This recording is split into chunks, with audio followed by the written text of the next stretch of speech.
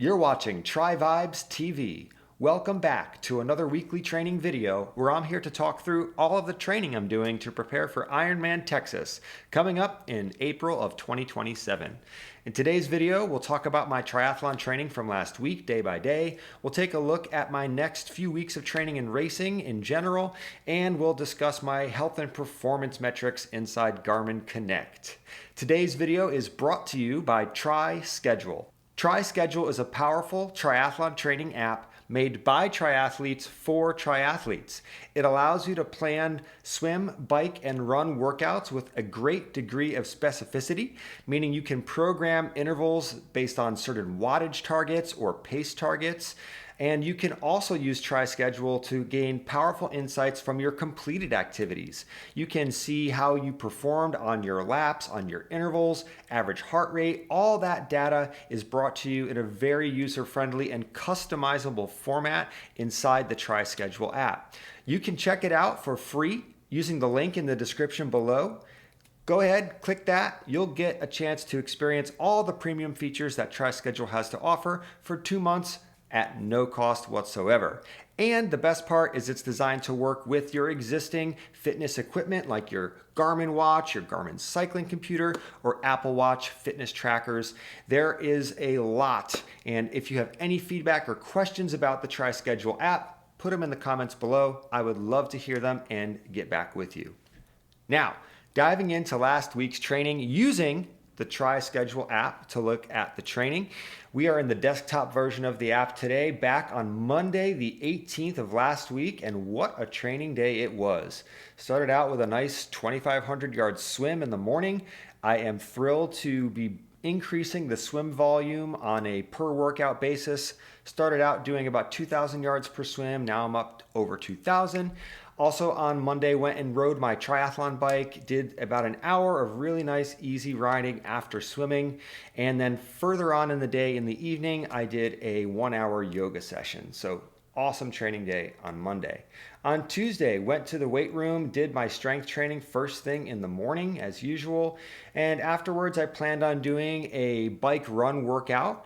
Unfortunately, it turned into a bike walk workout because I got a flat tire about 2 miles away from the house. So we walked that 2 miles rather than running it, and that ended up being a great training day as well. On Wednesday, we had another swim back in the pool, and then I went and did about a 3 mile run, pushed the pace on the last mile a little bit, kind of like a zone 3 effort, and felt pretty good. So good swim, good run on Wednesday, slowly getting back into running week by week here. On Thursday, more strength training in the morning, back to the gym, and another hour easy ride on the bike on Thursday. Loving these easy rides. And on Friday, back to the pool, 2250. So that is 3 swims over 2,000 yards last week. Thrilled about it. Like, I cannot wait to get up to 10,000 yards per week. I'm not quite there yet, but working on it with 3 swims per week. And last week was a really good week in the pool. Also did a really nice easy run after the pool swim, just like a recovery type run. Pretty simple training day on Friday. Saturday, had a blast riding with my son. We did about an hour and 15-minute bike ride together. Nice 10-mile ride on some sidewalks and trails. And then I got off the bike and ran with my wife for 2 miles. It was awesome. I had company on the bike and then company on the run. Kept the efforts very easy. Really nice sort of recovery style day on Saturday. And then Sunday, definitely went and answered some questions I had. You know, I don't have a training plan right now. I haven't really been getting any workouts from my coach. I've really been sort of driving the boat myself. Up to this point, before this ride on Sunday, the longest ride I had done since Ironman Texas was about an hour and 45 minutes. On Sunday, however, I ended up joining up with another athlete who's training for a 70.3. I decided to ride with him, and we did a nice 2.5 hour ride. My ride ended up being a little bit longer here, 2 hours and 50 minutes, because I had to do, I rode from my house. I met up with somebody, and then we did a 2.5 hour ride. So either way, almost 3 hours on the road, and I was actually pretty uncomfortable. Like the last hour of the ride, I was sort of like, okay, yeah, like I need to sort of get reconditioned to this, long bike riding stuff. I don't need to spend a ton of time on my bike in order to stay fresh for these sprint triathlon races coming up. But I do definitely like the idea of being able to do 3 hours comfortably.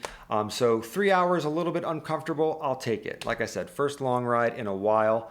And it felt really good to be out there, honestly, for as long as I was. After that long ride, I ran about 2.5 miles, and I really did push the pace on this run. The last mile of it, I ran about 7:30, which is like flying fast for me. Like in the last couple of months, I really haven't been doing any speed work, really endurance focused. So trying to get my body prepped to do a sprint triathlon race potentially next weekend. So, that wraps up last week's training, and I really am proud of all of the swimming and cycling I've been able to do. The little bit of running that I've been able to do has been reassuring as well. So I do think I'm going to go ahead and try to sign up for the Sylvan Beach Sprint Triathlon, which is on June 7th. So I'll be back next Monday with one more update before that race to, confirm whether or not I'm doing it, and then discuss some of the excitement and, expectations for race day that I might have. So before we wrap things up here, let's take a quick look at Garmin Connect.